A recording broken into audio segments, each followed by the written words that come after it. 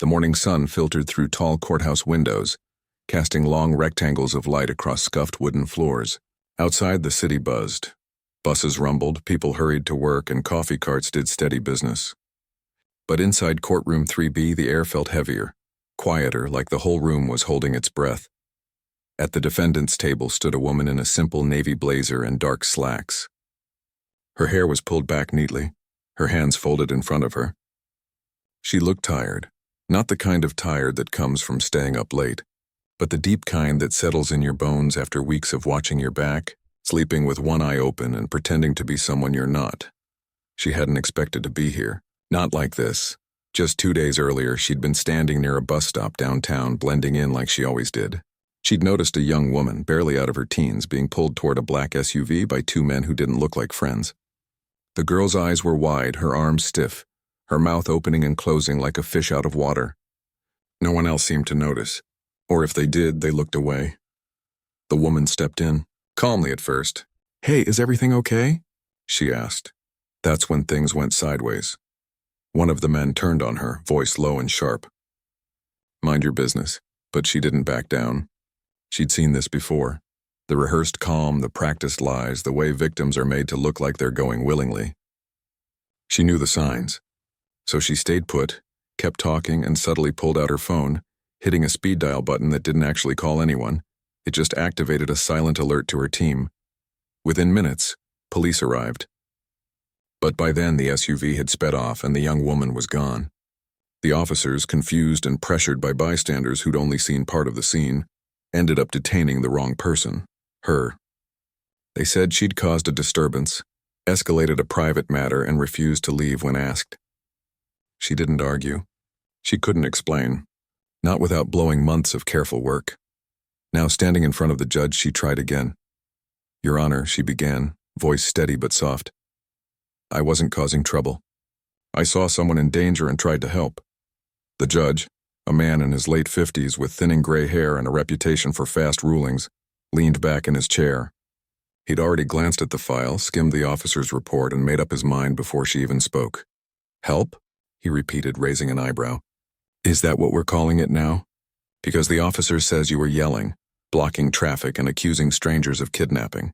Sounds more like a performance than protection." A few people in the gallery shifted uncomfortably. The woman didn't flinch. "I wasn't yelling," she said.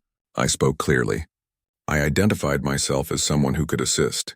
And I stayed on the sidewalk the entire time." The judge let out a short laugh, dry, dismissive. "Right. And I suppose next you'll tell me you're a superhero in disguise?" The courtroom stayed silent. No one laughed. But the judge seemed to enjoy his own joke. "Look," he continued, tapping his pen on the bench, "this isn't a movie. People don't just swoop in like they're in some action flick. Real life doesn't work that way. You got involved in something that wasn't your business, caused a scene, and now you're trying to spin it into some noble act. That's not how accountability works." She took a slow breath. Every instinct told her to walk out, to flash her badge, to end this farce right then and there. But she couldn't, not yet. The operation was too close to a breakthrough. One wrong move, one slip of her cover, and dozens of lives could be lost, including the young woman from the bus stop. So she stayed calm. "With all due respect, Your Honor, real life does sometimes look like the movies. Especially when people are being hurt and no one's watching." The judge's expression hardened. "Don't lecture me about justice from that table. You're here because you broke the law, not because you're some guardian angel." He paused, glancing at the clock. "I've got a full docket. Either plead guilty and accept a fine, or I'll hold you in contempt for wasting the court's time with this fantasy." She looked down for just a second, long enough to steady herself, not long enough to seem defeated. Then she met his eyes again. "I'm not lying," she said simply, "and I'm not backing down from the truth just because it's inconvenient." That did it. The judge sat up straight, his face flushing slightly. "That's it," he snapped. "Bailiff, prepare to take her into custody. If she won't accept responsibility, she can sit in a cell until she learns some respect." Gasps rippled through the small crowd. A public defender half raised a hand to object. But the judge cut him off with a wave. But before the bailiff could move, the woman spoke again, quietly, firmly. "I have rights, Your Honor, and I'm exercising them. I'm not guilty. I acted in defense of someone who couldn't defend herself. That's not a crime. It's basic human decency. For a moment, the room felt frozen. Even the judge seemed caught off guard by her composure. He'd expected tears, anger, or silence, not this quiet, unshakable certainty. He cleared his throat. "Fine," he muttered. "We'll set a trial date. But don't think this courtroom is your stage." She nodded once. "I don't need a stage, Your Honor, just a fair hearing." As she was led back to the holding area, she kept her head high. Outside, the city kept moving, unaware that a quiet battle had just been fought in a room full of wood and worn carpet. Unaware that the woman everyone had dismissed as just another troublemaker was actually one of the few people still fighting for those no one else saw, and unaware that, very soon, everything they thought they knew about her, about the case, even about the judge himself, was about to change. But for now, in that moment, all she could do was wait, breathe, and trust that the truth, however buried, always finds its way to the surface. Document Part 2, The Hidden Mission.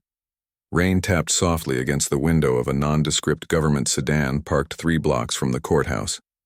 Inside, a man in a rumpled suit stared at his laptop screen, jaw clenched. The courtroom live stream had just cut off, but the image of her being led away replayed in his mind like a broken record. He'd watched the whole thing, the judge's smirks, the dismissive tone, the way she stood there, calm as stone, while the system tried to shrink her down to nothing.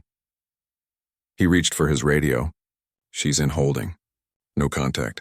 And for God's sake, make sure no one talks to her except legal." A voice crackled back. "Understood. But boss, how long can she keep this up?" He didn't answer right away. Because the truth was, no one knew. Months earlier, this whole operation had started quietly. No sirens, no headlines. Just whispers in back rooms and encrypted messages sent at 3 a.m. A pattern had emerged. Young people, mostly from vulnerable backgrounds, disappearing after answering job ads for hostess work or travel companions. They'd show up at bus stations or cheap motels, then vanish into a network that moved them like cargo across state lines. The trail led to a shell company with clean paperwork, flashy offices, and connections that went deeper than anyone wanted to admit. That's where she came in. She wasn't just any agent. She'd spent years building a reputation for blending in, speaking the language of the streets without sounding rehearsed, reading people in seconds, staying invisible until it mattered. Her cover was a freelance event coordinator looking for side gigs. She'd applied to one of the fake job postings, gone to the interview, played the part perfectly. Within weeks, she was being hired for a private client engagement in another city. That's when she knew she was close. But undercover work isn't just about lies. It's about living inside them. Eating, sleeping, breathing a story that isn't yours while watching real suffering happen right in front of you and not being able to stop it. Not yet. Because if you move too soon, the whole house of cards collapses, and the victims disappear forever. The night before the bus stop incident, she'd finally gotten what they needed. A name, a location, a date. A high-level client was flying in, and a new group of young people was being prepped for transport. She'd sent the intel through a dead drop channel. No calls, no texts, just a coded note left in a library book. It was enough. The raid was scheduled for tomorrow, but then came the bus stop. She hadn't planned to intervene. Protocol said stay hidden, stay safe, let the operation run its course. But when she saw that girl, terrified, silent, being dragged toward a car with tinted windows, something in her snapped. She couldn't walk away. Not again, not when she knew exactly what waited on the other side.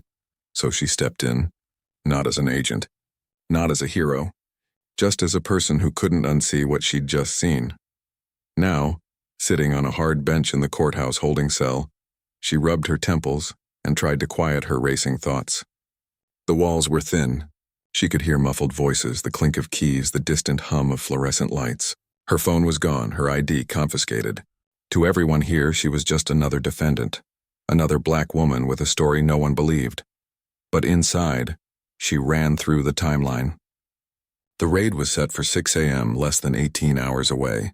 If she stayed silent, if she endured this humiliation, the mission could still succeed. Lives could still be saved. But if she revealed who she was now, the traffickers might get spooked.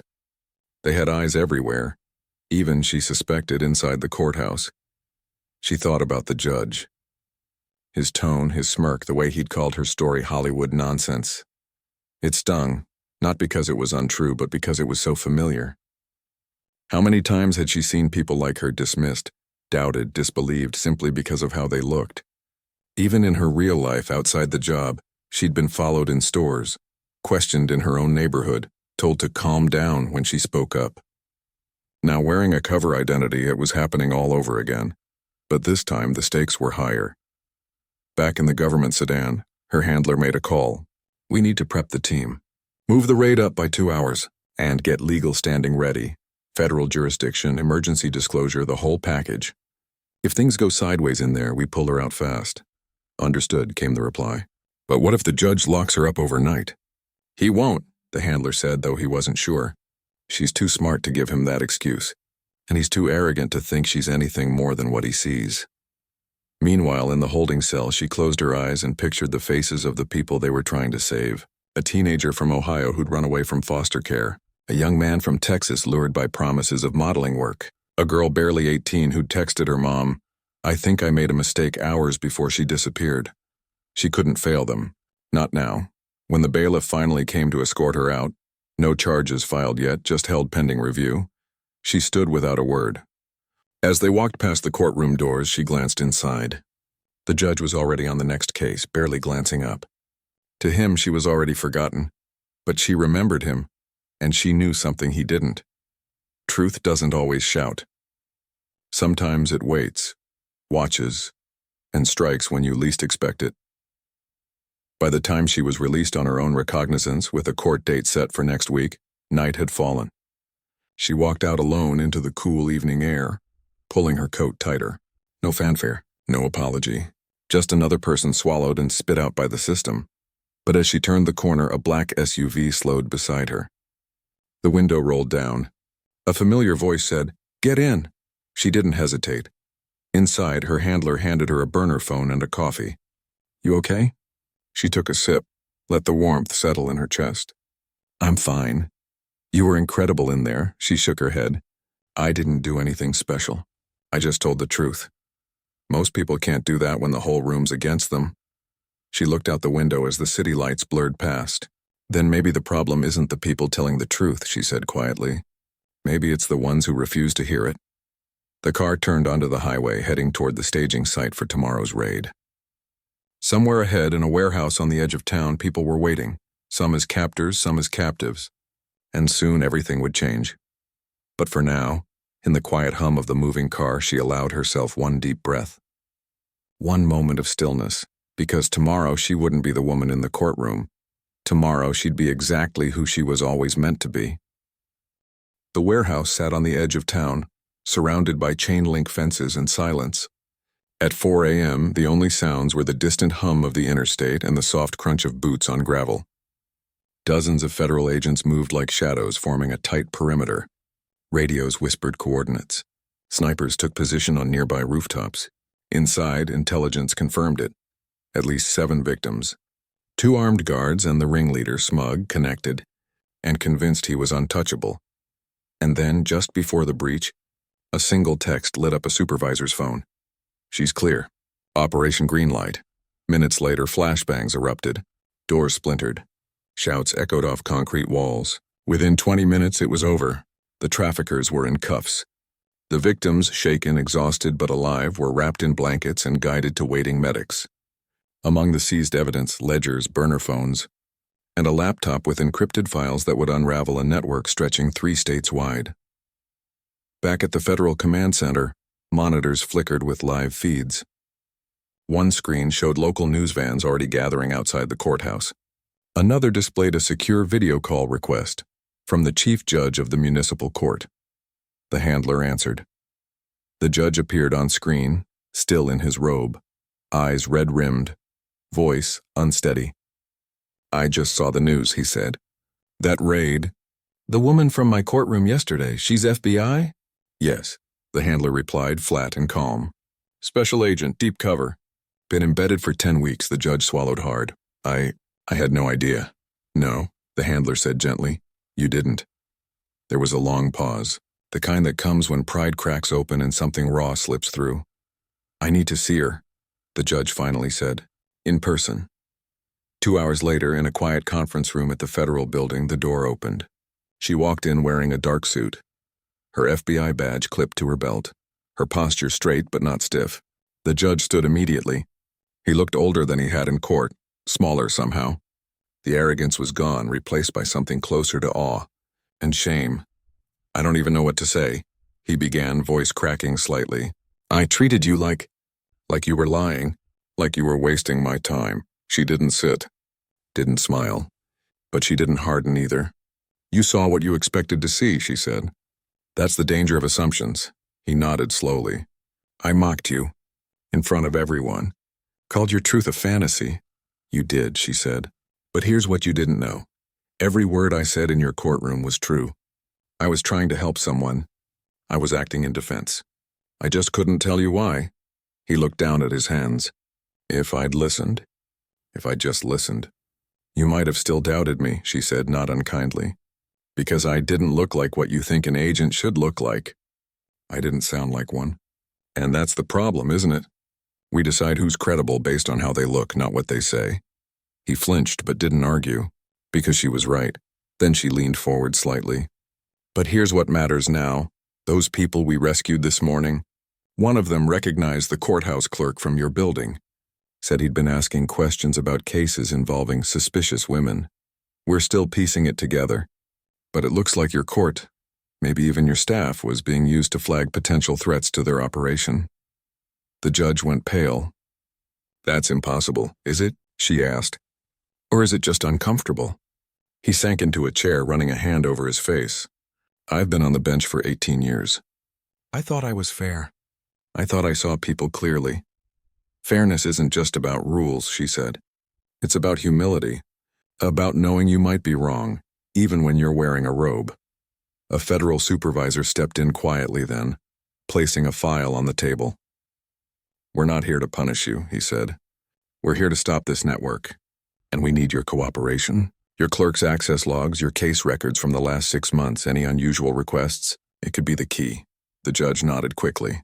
"Anything. Take whatever you need." She watched him for a moment, the shift in his shoulders, the way his voice had lost its edge. This wasn't just about evidence. It was about awakening. Later, as she walked back to her office, her handler fell into step beside her. "You handled that well," he said. "I didn't do it for him," she replied.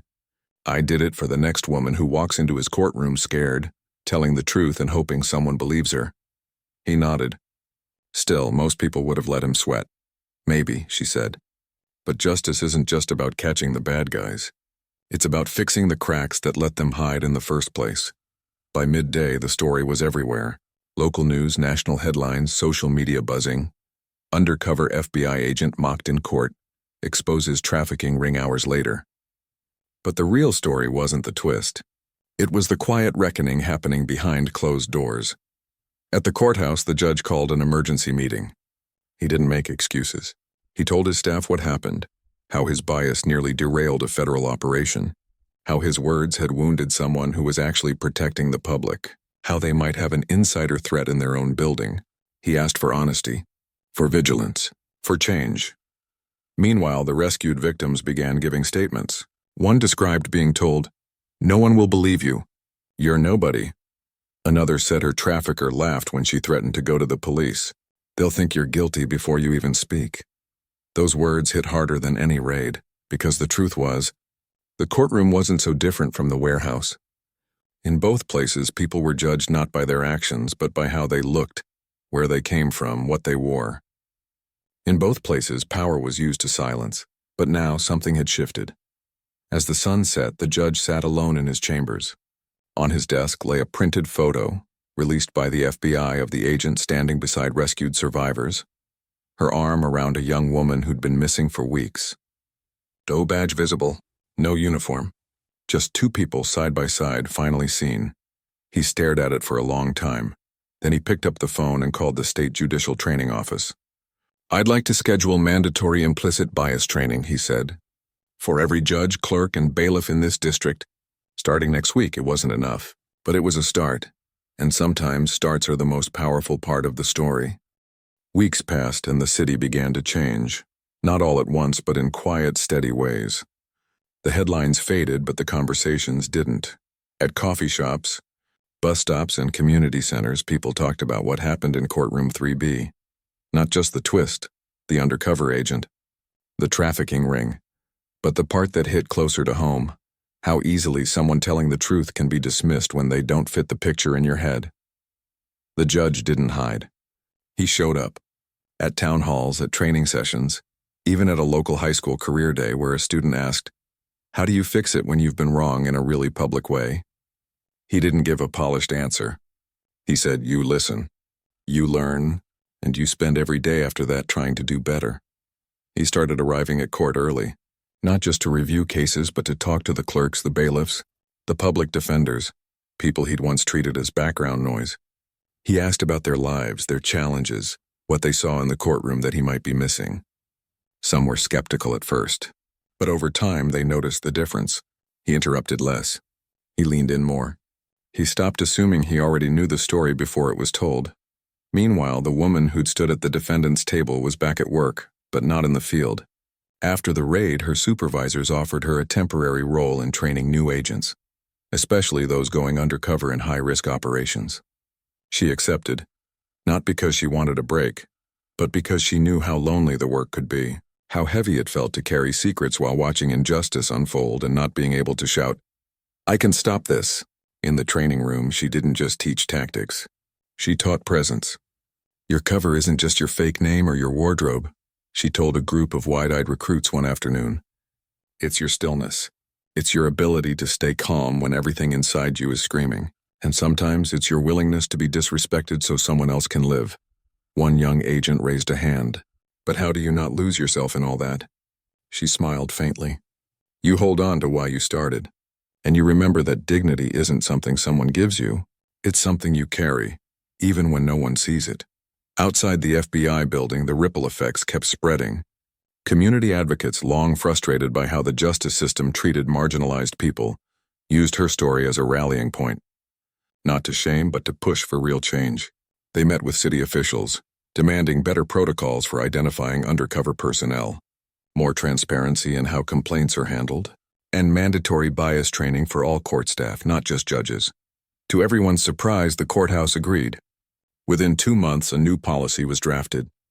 If someone claims affiliation with a federal agency, even vaguely, the court must pause proceedings and verify through secure channels before proceeding.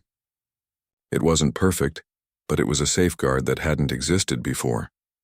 Back in her apartment one evening, the woman sat by the window with a cup of tea, watching the streetlights flicker on. The adrenaline of the raid had long faded, replaced by a quieter kind of exhaustion, the kind that comes after carrying a heavy truth for too long. She thought about the young woman from the bus stop, now safe in a shelter, starting therapy, reconnecting with her family. She thought about the judge who'd sent her a handwritten note. Not an apology exactly, but a thank you. "You didn't just save lives that day," he'd written. "You saved my ability to believe I could still be better." She folded the note and tucked it into a drawer. Not because it didn't matter, but because she didn't need to keep proving her worth, not to him, not to the system, not even to herself. Still, the emotional toll lingered. There were nights she woke up tense, replaying the judge's voice. Hollywood nonsense. It wasn't just about him. It was about every time she'd been doubted, questioned, made to feel like she had to earn basic respect. And it wasn't just her. It was every black woman who'd ever been told to calm down when speaking up, or prove it when stating a fact, or stop making everything about race when simply asking to be seen. But this time, the story hadn't ended in silence. This time, the truth had been heard. A few days later, she received an invitation, not from the FBI, but from a local nonprofit that supported survivors of trafficking. They wanted her to speak at a small gathering, not as an agent, but as someone who'd stood in the gap when no one else would. She hesitated. She wasn't used to being in the spotlight. But then she remembered the faces of the people they'd pulled from that warehouse, the relief in their eyes when they realized they were finally safe.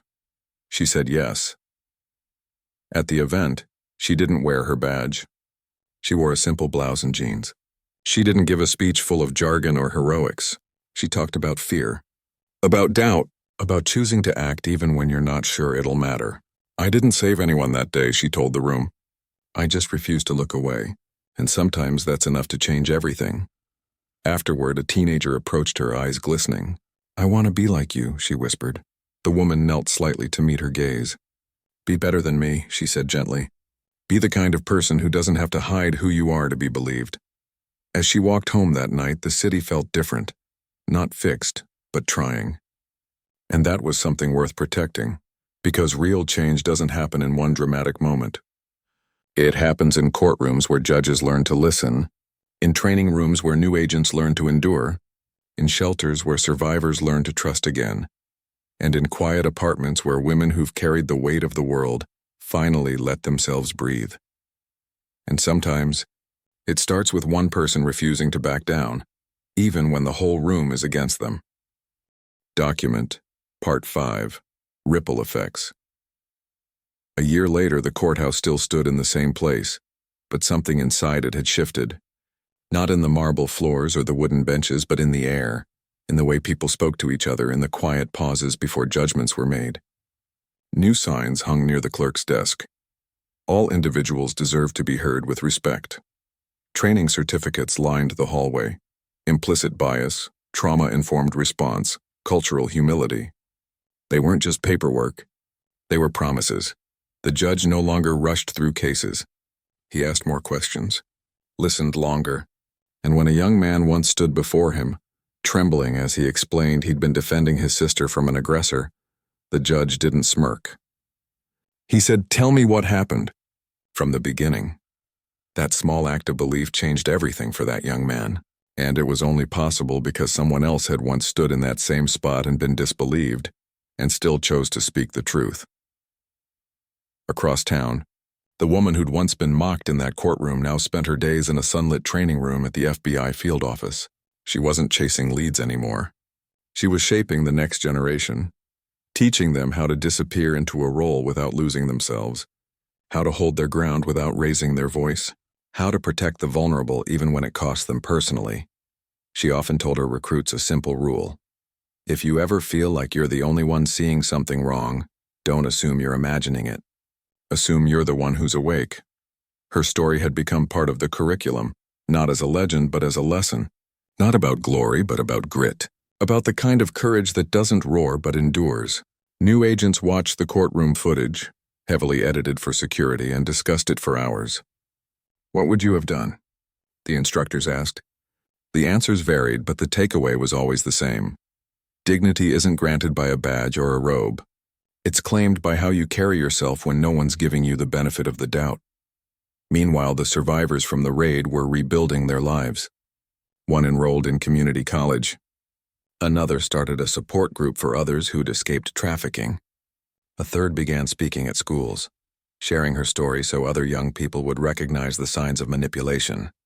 None of them called themselves heroes. They just called themselves lucky. Lucky that someone saw them when they felt invisible and that someone never asked for credit. She rarely gave interviews. When reporters called, she politely declined. "The story isn't about me," she'd say.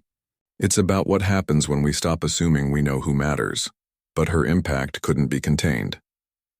A local theater group turned the events into a short play, not sensationalized, not dramatized, just honest. It showed the bus stop, the courtroom, the raid, the quiet aftermath. After each performance, audience members stayed for talkbacks. Teens asked how to speak up when they see something wrong. Parents asked how to teach their kids to listen without judgment. Judges from other counties came, taking notes, asking hard questions about their own courtrooms. Change, it turned out, wasn't a single event. It was a series of choices made again and again by ordinary people refusing to accept the way things have always been. Even the courthouse clerk who'd been linked to the trafficking ring faced consequences, not through a secret deal, but through due process. An internal investigation confirmed he'd been leaking case details in exchange for money. He lost his job, faced federal charges, and eventually cooperated in exchange for a reduced sentence. His betrayal stung, but it also forced the entire judicial system to look inward. Security protocols tightened. Background checks deepened. Trust was no longer automatic, it was earned. Every single day. Back in the training room, the woman paused during a session when a new recruit asked, "Do you ever wonder what would have happened if the judge had sent you to jail that day?" She looked out the window for a moment, watching rain slide down the glass. Every now and then, she admitted, But I don't dwell on it. Because the truth is, even if he had locked me up, the mission would have gone forward. My team had backups. The victims would have been found. Maybe not that day, but soon enough. She turned back to the group. What matters isn't whether one person believes you. It's whether you believe in what you're doing enough to keep going even when they don't. That mindset had become her compass. And it was spreading. In another part of the city, a high school teacher used the story in her civics class. Not to glorify the FBI, but to show how systems can fail, and how individuals can mend them. Her students wrote essays about times they'd been misjudged or times they'd misjudged others. One wrote, "I used to think justice was about laws. Now I know it's about seeing people." That essay ended up on the judge's desk. He read it 3 times. He never forgot the weight of that moment in the federal conference room. The shame, the shock, the slow dawning that he'd been part of the problem. But instead of hiding from it, he let it reshape him. He started mentoring young public defenders from underrepresented communities. Not as a charity, but as a correction. "I spent years thinking I was fair," he told one mentee over coffee. Turns out fairness without awareness is just another kind of blindness. The woman heard about his mentorship program secondhand. She didn't reach out. She didn't need to. Some reconciliations happen in silence, through actions, not words. One spring afternoon, she walked past the bus stop where it all began. It looked the same benches, same flickering streetlight. But now there was a small community watch kiosk nearby, staffed by volunteers trained to spot signs of exploitation. A poster on the wall read, "If something feels wrong, say something. You might be the only one who sees it." She smiled faintly and kept walking, because that was the real victory, not the raid, not the headlines, not even the courtroom reversal. It was this, a city that had learned to pay attention, to believe people before demanding proof, to understand that heroes don't always wear capes or badges. Sometimes they wear blazers and stand quietly in courtrooms, speaking truth into rooms that aren't ready to hear it. And sometimes, those rooms finally listen. Years from now, when people tell this story, they won't remember every detail, but they'll remember the lesson that dignity doesn't announce itself with fanfare. It shows up in the quiet moments, when someone chooses to act, to speak, to stay, even when no one believes them. And that, more than anything, is what changes the world.